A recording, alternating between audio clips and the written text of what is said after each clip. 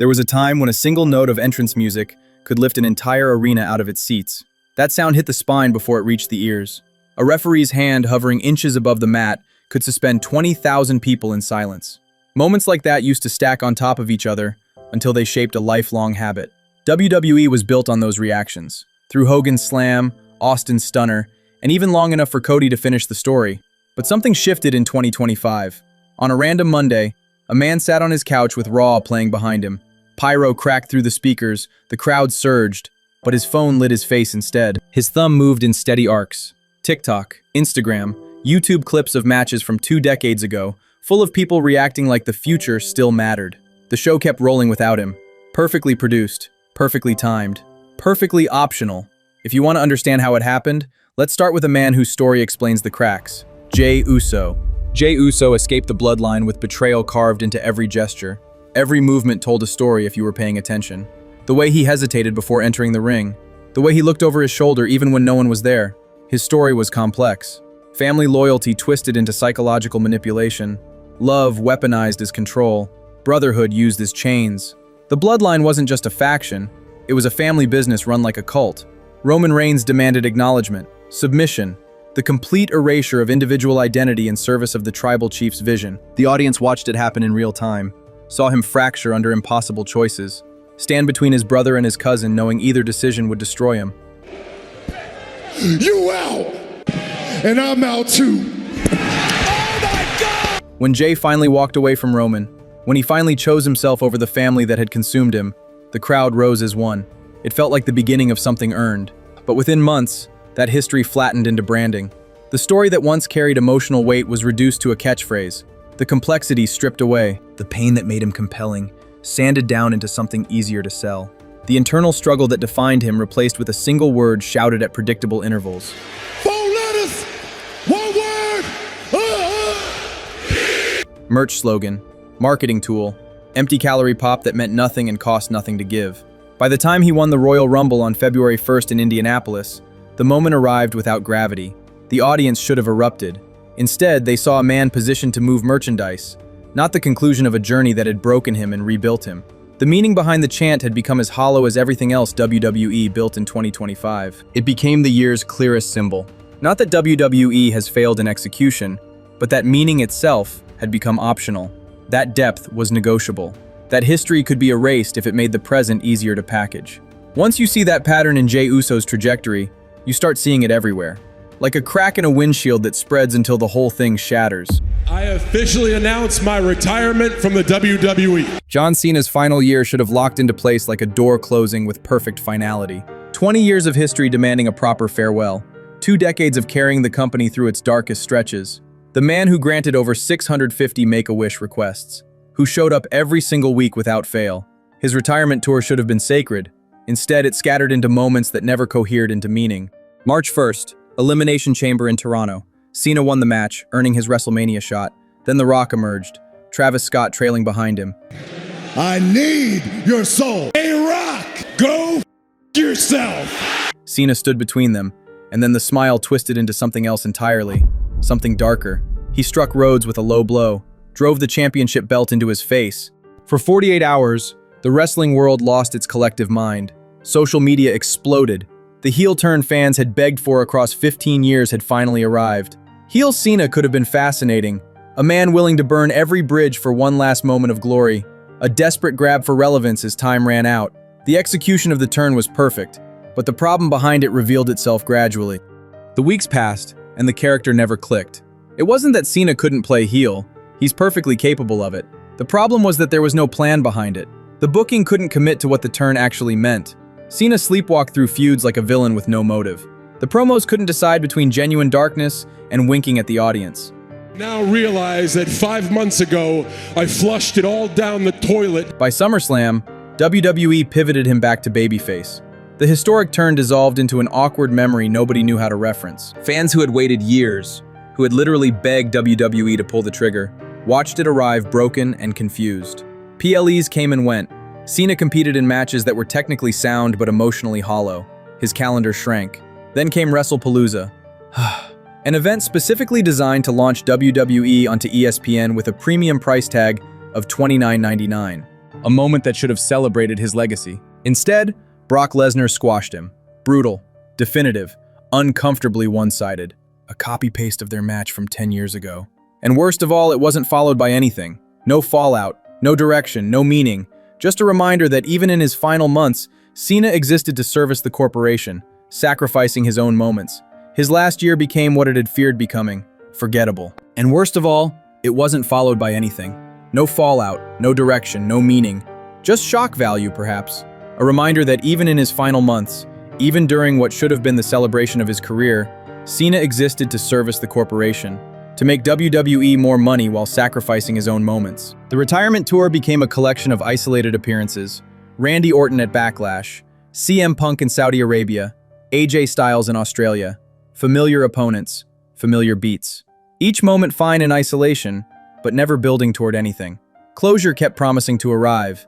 It never did. My final opponent isn't going to be handpicked. It's going to be hard-earned. By December, when the final match approached, it felt less like the culmination of a legendary career and more like a contractual obligation finally ending. His final opponent was selected through a tournament whose winner was obvious the moment the bracket was revealed. The emotional through line that should have tied everything together never materialized. His last year ended as the one thing it was never allowed to be. Forgettable. The man on the couch scrolling his phone might have cared once, might have scheduled his life around every entrance, every promo, every match. This was his childhood hero after all. But now he watches with one eye, if at all. Caring started costing too much. Investment has become a liability. WrestleMania 41 was heavily criticized for its brainless booking and meaningless celebrity involvement. But it also delivered one of the year's rare violent jolts of electricity, a moment that briefly made wrestling feel essential again. CM Punk versus Roman Reigns versus Seth Rollins. Three men whose careers had been intertwined through decade-long animosity. Punk, the rebel who walked away and came back changed. Roman, the chosen one who finally became exactly what he was always supposed to be. Seth, the architect who betrayed everyone. Paul Heyman stood at ringside, the puppet master with his fingerprints on every origin story. The tension felt real because the history was real. You didn't need to know the backstage politics to feel the weight of what these three men represented to each other.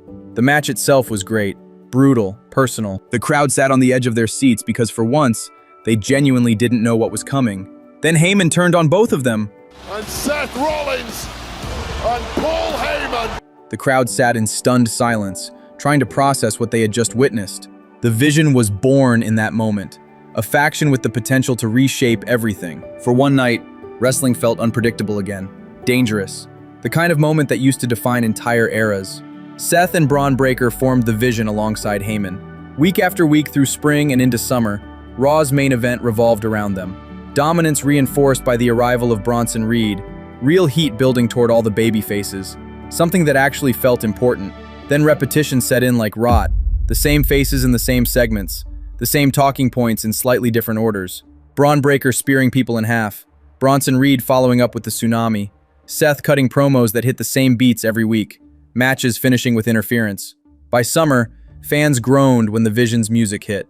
Not because they hated the performers, not because the work was bad, because they'd seen this exact formula too many times before, with the Bloodline, with the Judgment Day. They already knew where it was going, knew that nothing would fundamentally change. Seth's injury was supposed to be real. The limp, the brace, the uncertainty, everyone bought it. Then SummerSlam arrived. Seth Rollins cashed in on CM Punk at the exact moment no one saw coming. Chaos detonated. The Vision played the entire industry. The title changed hands through deception, not strength. For one night, the faction felt dangerous again, calculated, ahead of the curve. And just when it looked like the Vision might finally regain momentum, just when it looked like it might finally become something more than a repeating pattern, Seth actually got injured. WWE suddenly found itself without its top heel and its champion. But credit to WWE where it's due. Wait a minute! Oh my God! Braun's shocking betrayal of Seth landed like a thunderclap. Fans jumped out of their seats. It hit at the exact moment no one expected. A turn that should have launched him, and the Vision, into true stardom. But WWE had different plans. Logan Paul was added to the group instead. A move that made no narrative sense. A move that created noise instead of heat. It felt like throwing anything at the wall to squeeze out one more viral moment. Fresh turned stale through overexposure. What should have been protected, what should have been rationed carefully to maintain heat, was beaten into the ground until reaction died. The moment from WrestleMania that briefly made things feel important again got strip-mined for weekly television until nothing remained. It's John Cena. Brock Lesnar returned in late spring. The announcement generated immediate buzz, but not excitement this time. The conversation drifted instead toward the ongoing lawsuit, the allegations, and WWE bringing him back anyway for a cheap nostalgia hit. The spectacle delivered exactly what it promised. He destroyed Cena, stood tall, left, added to the War Games match for no reason. Gets Jey going though, Wade. He feeds off the fans. He feeds off the crowd. Delivered some suplex, then left again. And then nothing followed. No story built from his presence. No younger talent elevated through confrontation with the Beast. No stakes attached to his appearances beyond the match itself. He showed up, consumed all available oxygen, and vanished. Spectacle without consequence is just noise. And 2025 was filled with noise that led nowhere. Across the roster, the pattern repeated in different forms but landed the same. Jacob Fatu arrived in early spring with legitimate force, a physical presence that felt different. The crowd's reaction was instant and visceral. 2 months of violent credibility followed. He felt inevitable, the next big thing barreling toward main event status. He won the United States Championship, and then he was given nothing. He got locked into the same endless feud with Solo Sikoa, a rivalry that went nowhere, until injury finally sidelined him and froze what little momentum remained. But LA Knight's trajectory cut deepest, because his rise came entirely from the crowd. Organic, undeniable. The chants spread without official permission, the kind of momentum WWE used to recognize and weaponize. Instead, the system throttled him, cooled him off, buried him at every opportunity it found, turned inevitable into theoretical.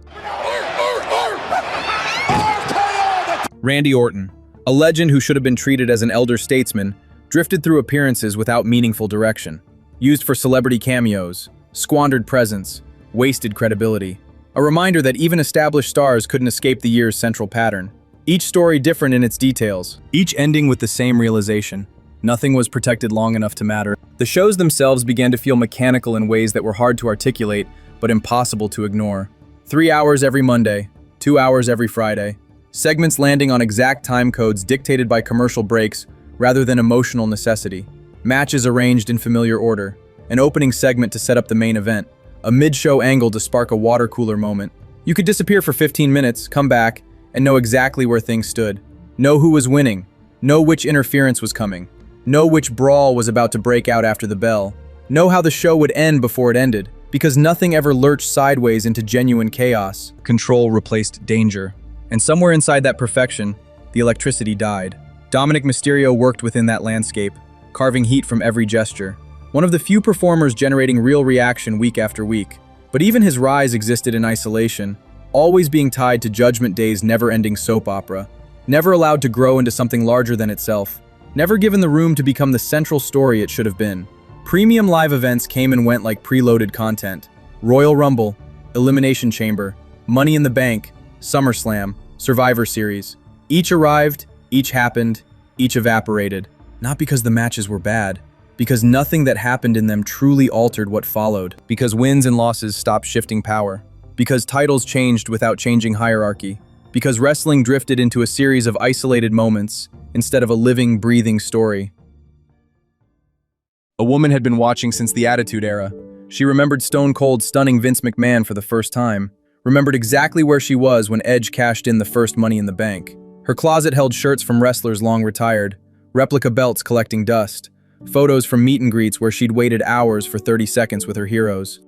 In May, she bought tickets to a show. Premium seats, the kind of purchase that used to mean something. Her friends asked if she was excited. She said yes because that's what you say. But driving to the arena, she couldn't locate the feeling that used to tighten her chest on nights like this. The anticipation that once made every mile feel too long. The event was fine.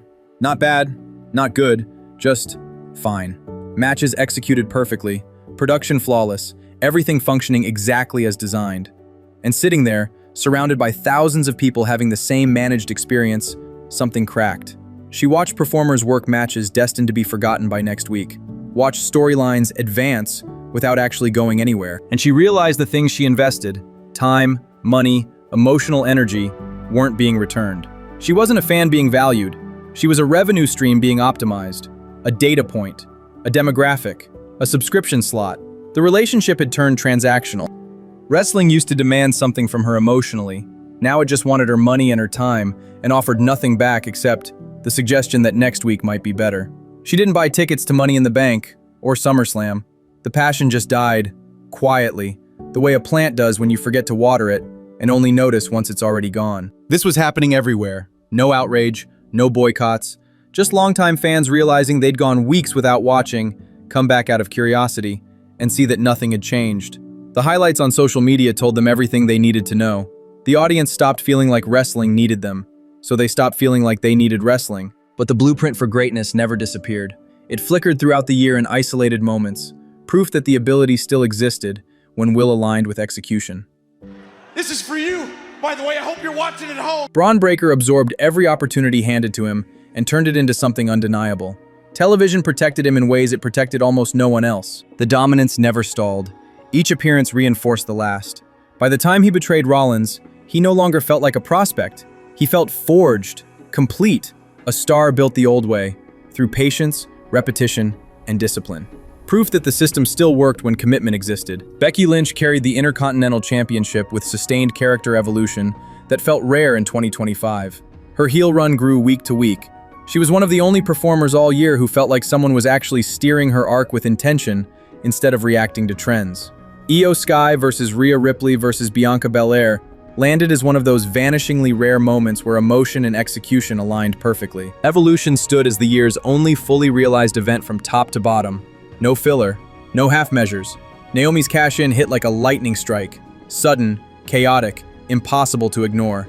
The entire night felt like what wrestling is supposed to feel like. Complete, chaotic, necessary. These moments were the reminders. The talent existed, the ability remained. The framework for greatness never left. It just sat there, unused. The man on the couch could have been invested in Braun Breaker's rise, could have treated Evolution like required viewing, could have cared about his childhood hero's final run. All the pieces existed for sustained engagement. But the year had already taught him a different lesson. That investment wasn't worth the inevitable disappointment. That getting attached only meant watching something you cared about get diluted, abandoned, or forgotten. So he stopped getting attached, stopped investing, turned wrestling into background noise. The television still glows in the corner of the same living room months later. A different Monday, a different date, the same ritual. A friend walks in and asks, "Do you still watch it?" He answers, "Yeah, I'm watching." They both know that isn't true, but the show stays on anyway, flickering in his peripheral vision like a photograph of something he used to love. Thank you for staying until the end. Click on the screen to see the story of the man who killed wrestling. If these stories matter to you, hit the like button and let me know what you think in the comments. I'll see you next time.